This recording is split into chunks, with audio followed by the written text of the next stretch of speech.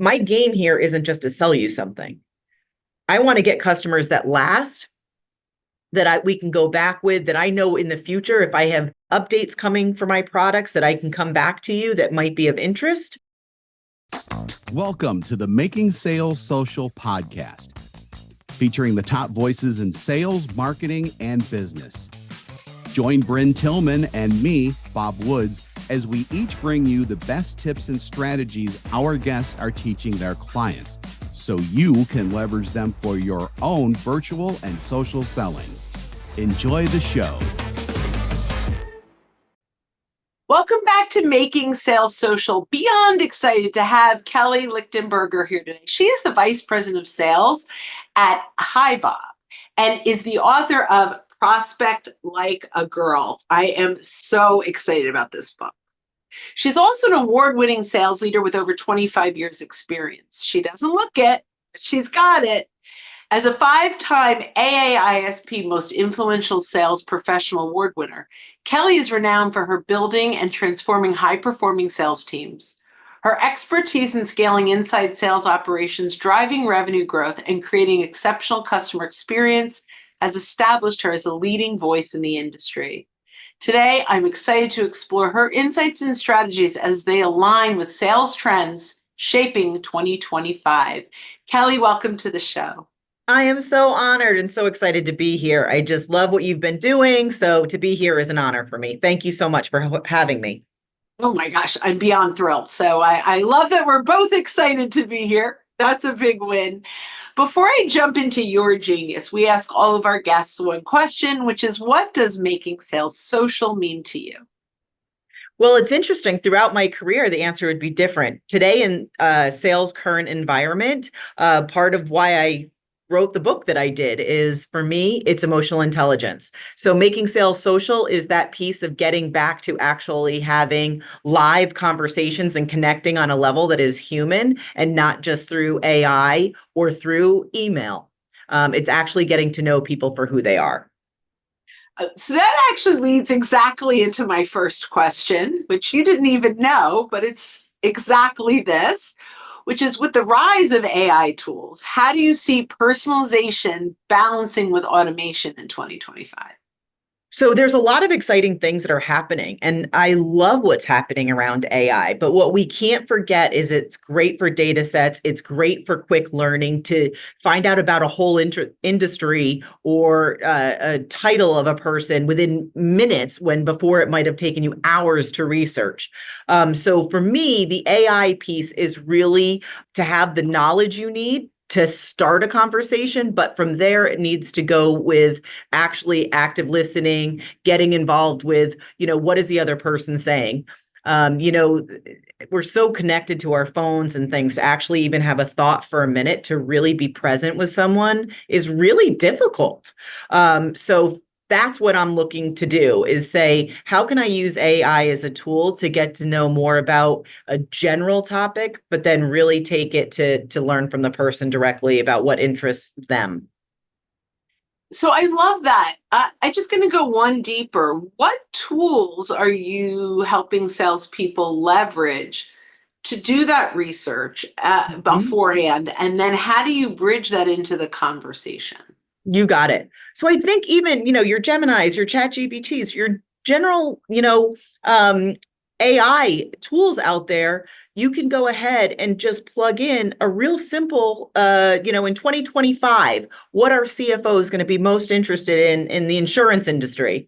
Boom, boom, boom, boom, boom. You're going to have it all at your fingertips. And then you can dive in a little bit further and say, okay, this size insurance company, now it comes out, so you can keep drilling in, but that's all within minutes.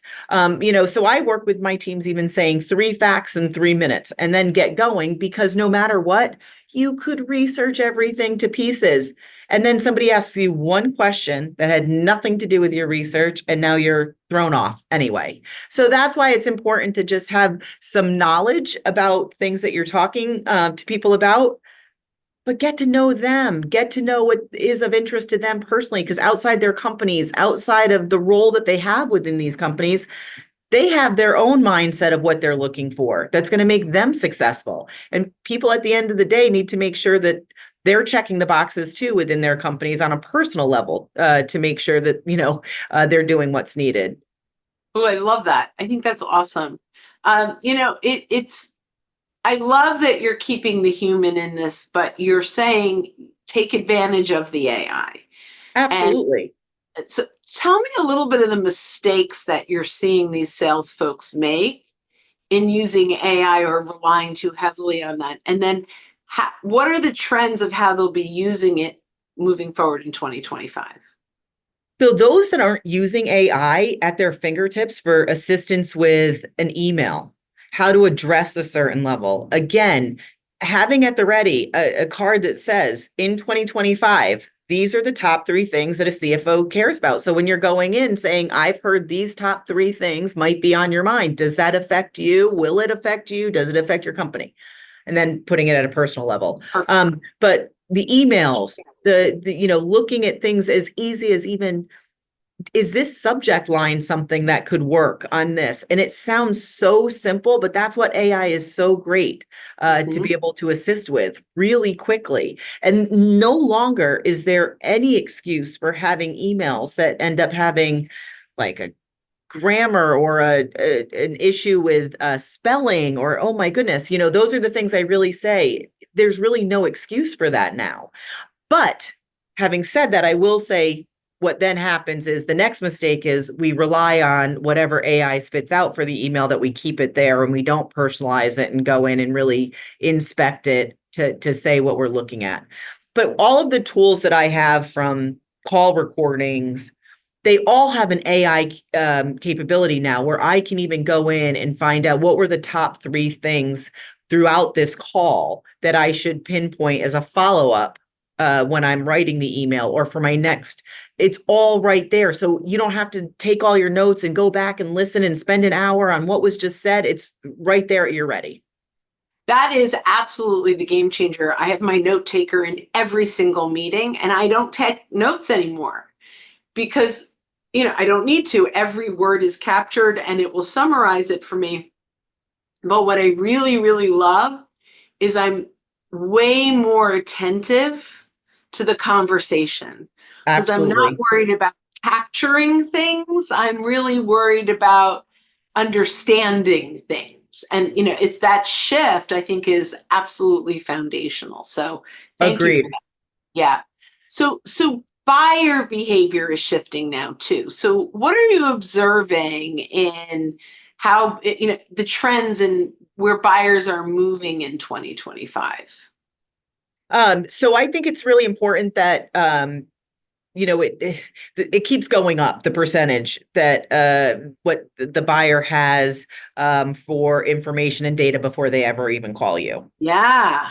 So for me, it's, I know when they're already hitting my website or coming to talk to us that they have a bunch of information. So my line of questioning then changes. Again, I say to everybody that I'm working with, take off the table the features and functionalities that our tool has. What is it that they're truly looking at? What even got them in the door to us? I just want to start learning now. What is it that they think that we do? Because again, that's where AI could have an issue versus what we actually do. And Mhm. what don't they know that we do? That maybe they're looking for one specific piece of a tool or something, but I have so many other things I can offer. So let's look at even further, bigger picture. But in personal life and professional life, if the pain isn't great enough, we're not changing anyway. So Mhm. they may just need three quotes. And lucky you, you're number 2 or 3 on the list. So you're never going to make it anyway. So I need to start those conversations on where are we? Let's level set. What is it that we're here for today? And if I am 2 or 3, give me a chance to figure out what's keeping me from number 1 before I go and put in the work or the effort, and have those open conversations. And again, I think that helps level set with the end user. My game here isn't just to sell you something. I want to get customers that last, that we can go back with, that I know in the future, if I have updates coming for my products, that I can come back to you that might be of interest, that it's not a one and done. So that relationship building has to go through the whole process now because there's too many things that hit the market quickly, and the rip and replace doesn't hurt as much as it used to with these really heavy, clunky systems and tools that we all had. So I love it. So there are two things that come to mind with this. So, there, and I don't know what the percentage is, but it's like something like they are 79% through the buying decision Yeah, before a sales, it was in the 50s a couple of years ago, and right, it's going up. And that's because the ability to search and find content is so easy.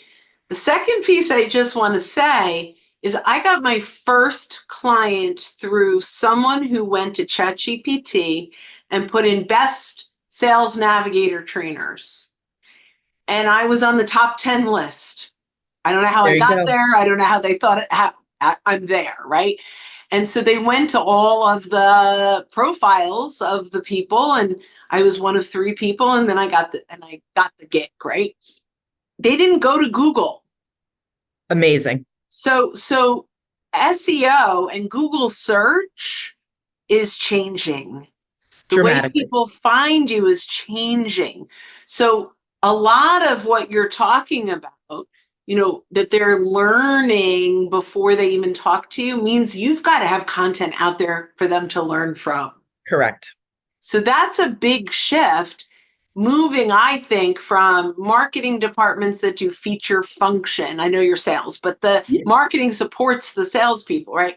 Moving from that feature function to really understanding where they are in the sales process and what content are they looking for before they even need you. You got it. I think one of the really fun things at Hi Bob, we do, our marketing team does a great job now with a lot of video content, a lot of video wins.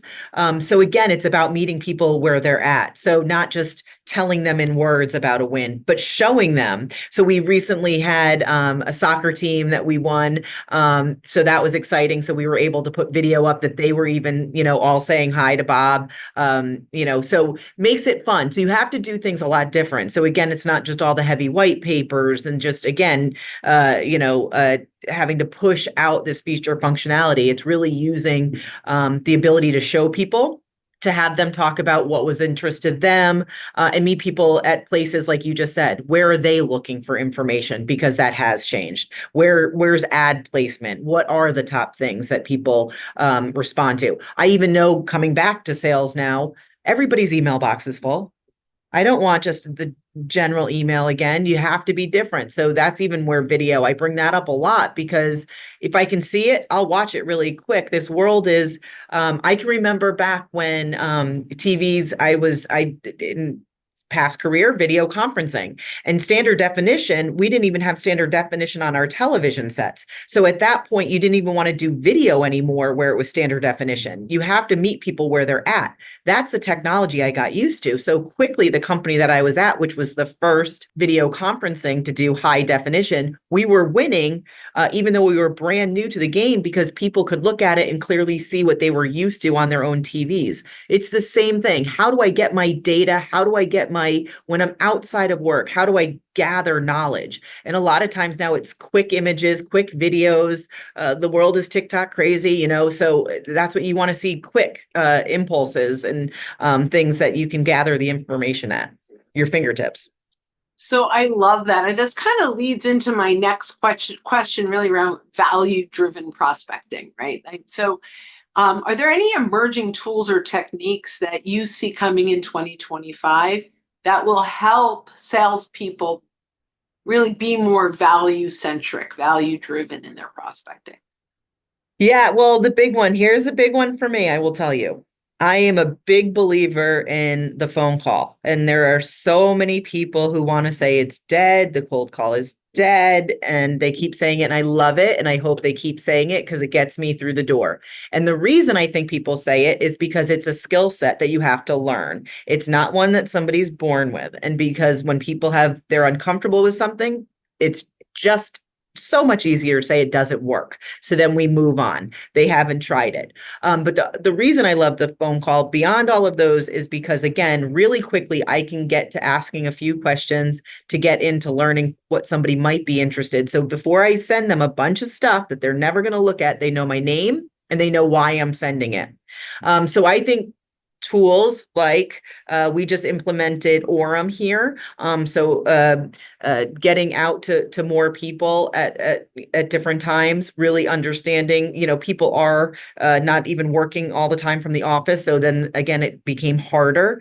But I think this is something that people, because their email boxes are so overfilled, they're going to want to just, can I get to that information? Once again, quick. Speed to lead for everything. Can I get this off of my desk as quickly as possible and get it cleaned out? So if I can tell you yes or no quick and where I want to go, I also am okay with that. So I've taken more phone calls now because I'm just like, what is it that we need? Let's see. Don't send me this. Please don't. So I think looking at tools that are going to make people connect more live time is going to be more acceptable as we move forward. Very, very good. I love that. I just want to jump into something I noticed when I was doing my little homework. Your brand is really strong in emphasizing inclusivity. Mm-hmm. So how do you see diversity, equity, and inclusion reshaping sales strategies, not just hiring practices, but sales strategies in 2025? Yeah, so I love that it's really opened up from when I started. When I was started, it was a very male-dominated field. And I think a lot of it has to do with the fact that it's just a lot of times what happens is women, unless we actually have on even a job description, there's 85% that you can read through and go, I can do that. A lot of times women won't even apply to the position. So a lot of technology sales is something that they wouldn't even apply to because they might not have the experience there. Or again, the whole thought that sales is really, the used car salesman from before. I have to be pushy. It's the hard pressure. All of those things have changed. And I think, again, this is all about, and it sounds so cliche, the relationship, but it's how you build those relationships. And what I mean is it doesn't have to be, we're going to dinner and, I'm sending your kids a present. I don't mean that, but I mean really meeting people where they're at and really understanding that beyond, again, the company, there's a person in that position that has goals, that has needs, that want to make sure that they're doing things right. So they're in line for promotions. And women just in general, with that emotional intelligence, because we ask more questions. And a lot of times, and when I'm saying this, it's not because men don't ask questions. Women just doubt themselves more. So we're more likely to ask a question because we don't know that we have the answer that we need right away. But by doing that, we put the ball in other people's court and it opens them up to really engage with us. And people want to be the thought leaders. So if we are asking the questions in a way, I'm learning from you, people love that in general. So that's where I think sales is going to. I think more people are going to see that there's more opportunities, more universities. There's 107 universities now that actually offered sales degree programs in the US. And they're not only just a few classes. I'm talking masters in sales. And I went to Bentley, and that's one of the schools that's doing that. There's big sales programs happening. So I'm really excited for the projection of where sales will be going and who will be joining. Very exciting times. That's awesome. So that leads us right into your book, Prospect Like a Girl. You got it. Some of this is better questions versus trying to solve too soon, right? So tell me a little bit more about, first of all, Prospect Like a Girl. Just tell me a little bit about the book, but also why should men read it? Yeah, so it's for everybody. I mean, I think it's really important too, for people that have been in the industry like myself for, 25, 30 years that have been doing this to really open up. So any, men that are running sales organizations too, to really look at this is a great opportunity to get the people that we need to be asking the right questions, to, be thinking about what is the right culture fit for the companies and who do we want to now be letting into our company and to be inclusive. So So I think that's really important. And I think that, again, men can learn, because what I'm saying right now is just, it's a new way of thinking. Since COVID, things really changed as well, where people are working again, getting back on the phone. So how do I get that skill set? And if it comes down to that emotional intelligence, that can be learned. That's something that everybody can look at and say, where is my skill set today? Even in the book, I have like a small emotional intelligence quiz that you can take, and just quickly find out what are the areas I need to work on. So I think that is super important, as the world of sales and how we sell has changed so dramatically, that we want to, keep a space and open up and let those new things happen, and learn from others coming in. And it's not, again, just having to have all of that information and knowledge and coming in. Somebody brand new can be really successful. And I love finding those, people as they come in and they're new to their career, but they're so excited and they're doing just that, asking those questions and really tapping into something that some of us have just forgotten is really important these days. I love that you said that, because, I'm working with a team, a very young team, and very successful. And the one thing they all have in common, and they interviewed for this, is deep curiosity. Yes. Love that. And it's like they all want to understand and learn, not only about their products and services and solutions, but about the challenges of everyone they talk with. Like, they really are curious. And I think, obviously, being smart and, understanding your product and service is important, but they hired for curiosity. And I just thought that's great. Really awesome. And that'll take you so far.